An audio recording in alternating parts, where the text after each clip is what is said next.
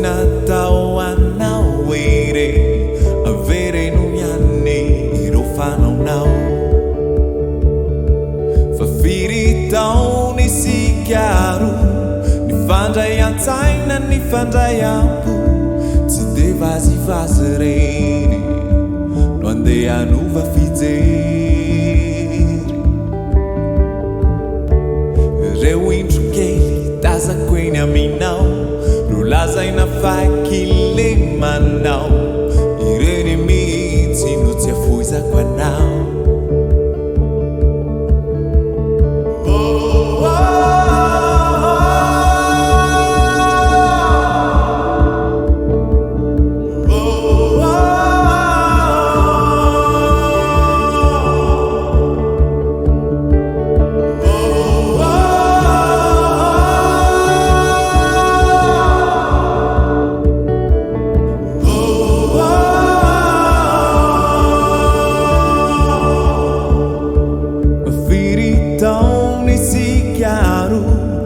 Fampitantara iro zavananjo tsy miafina aminao ro ditra natao refiniao sendra tavelirery mamisavisa iro tsy ambaratelo sy ro sangisangy kely fanaonao ireny tsy foko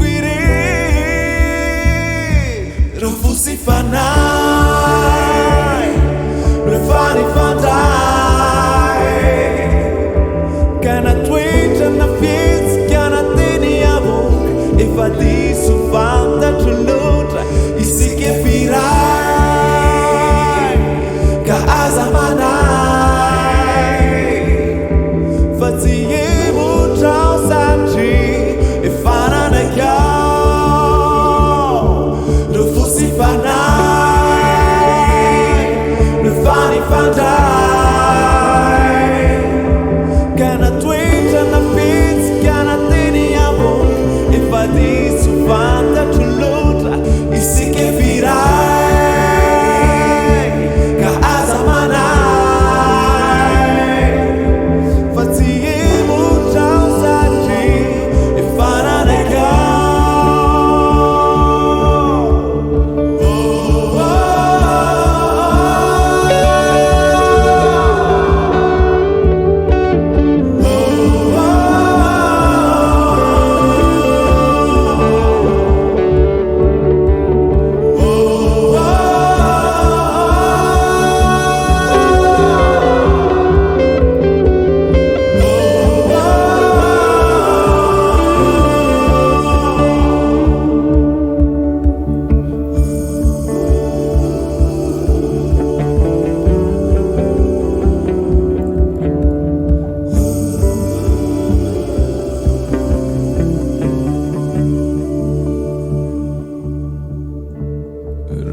Sangi fanaonao